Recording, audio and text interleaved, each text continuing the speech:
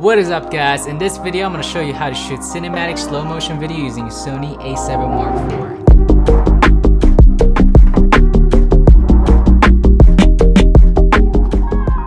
So the first thing you gotta do is make sure that your camera is set to 60 frames per second. The cool thing about being 60 frames per second, shooting handheld, you don't need to be super steady, because at 60 frames per second, you are able to slow it down to 40%, and that gives you that cinematic steady footage that you need. The way you do that is you go to your menu setting, go to shooting menu, and then image quality, then choose file, format, and select one of the 4K video output options here.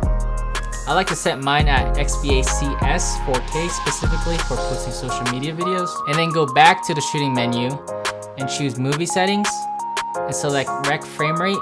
From there select 60p. After that, hit the menu button to close out of the screen and set your shutter speed fixed at 1/125th of a second. This shutter speed allows for 60 fps to follow the 180 shutter angle to get the proper motion blur in your video. I will link a video down below that goes into more details about how shutter speed and frame rate and how it affects your video settings. Another factor you're going to have to consider is how you're going to change exposure. Because your shutter speed is fixed at 1/125th, you can only change your exposure by using your aperture, ISO, and or a variable ND filter like this. To save these settings to your camera so you don't have to keep coming back and manually changing it, go back to shooting menu and then find shooting mode, select camera, set memory, and then select one of the memory recall numbers 1, 2, or 3. This allows you to change your camera settings on the fly using the dial. I like to set my recall setting to 4K 24 frames per second for memory recall 1. And then for memory recall 2, I set it to 4K 60 frames per second. And then for memory recall 3, I set it at HD 120 frames per second. After shooting that footage in the field, let's edit that video using Final Cut Pro.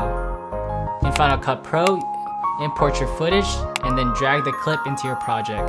To slow down this clip, select the footage and press Command R. Double click the speed bar and set the speed to 40%.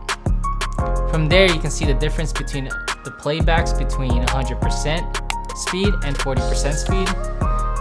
As you can see, you have a more stable and dramatic slow motion video on the 40% speed, which you can use now for your B-roll for all your videos. So if you find any value in this video, give me a like, subscribe, and thank you for watching.